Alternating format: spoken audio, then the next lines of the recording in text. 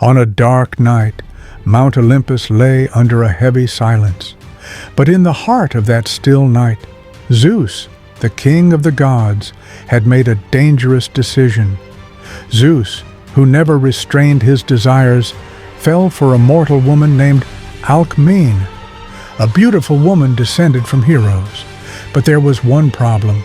Zeus was not her husband. To reach her, he disguised himself as Amphitryon, Alcmene's husband, and through deception spent an entire night with her. That night, the fate of a great hero was sealed, Heracles. When Hera, Zeus's wife, found out what had happened, she burned with rage.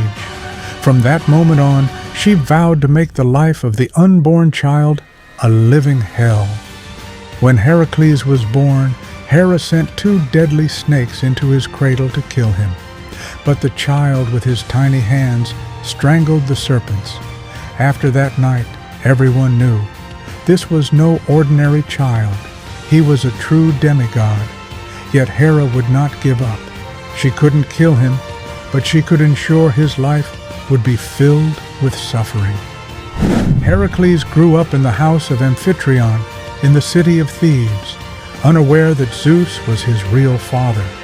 From childhood, he was powerful and aggressive, so it was decided he must be trained in the arts of war. He was taught by great masters like Castor, learning archery, swordsmanship, and horseback riding. But above all, what gave him strength was his unbreakable will. Years passed, and Heracles grew strong. At that time, Thebes was forced to pay a heavy tribute every year to a city called Orchomenus. Orchomenus, a wealthy and powerful city in the region of Boeotia, demanded a tribute of 100 cattle and 100 young men every year.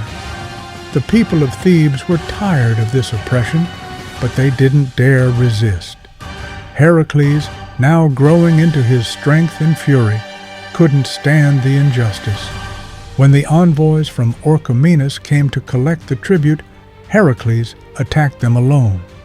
This act sparked a war between Thebes and Orchomenus. As the war broke out, Heracles fought on the front lines. With his supernatural strength, he defeated many of the Minyans. Thanks to his power, Thebes won the battle and broke free from their control. Creon, king of Thebes, was overjoyed by Heracles' bravery. To honor him, he gave his daughter Megara in marriage. During the celebration, Heracles laid eyes on a woman who captured his heart. It was Megara, the king's daughter. Slowly, love blossomed between them. Heracles shared with her the destiny the gods had written for him, and Megara, with her kind heart, fell for the man behind the legend. They got married and started a joyful family with their children. Heracles was no longer just a great warrior. He was a loving husband and father. Megara, with her gentle eyes and warm presence, built a simple but love-filled home alongside him. But Hera still watched from above, plotting. She had never forgiven Zeus's betrayal. One dark morning, she cast a divine spell, twisting Heracles' mind into a haze of madness. In his eyes, his home turned into a battlefield full of enemies. Blinded by the illusion, he attacked.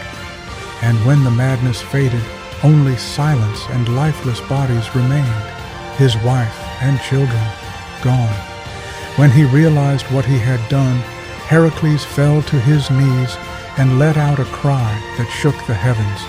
He had destroyed his home with his own hands. To atone for this unforgivable crime, Heracles went to the oracle of Delphi to seek guidance. There, Apollo told him he must serve King Eurystheus and complete 12 impossible labors, tasks that would test his body and soul, and maybe, just maybe, earn him redemption. And so began the legendary 12 labors of Heracles, which we will explore in detail in the next episodes of this epic tale.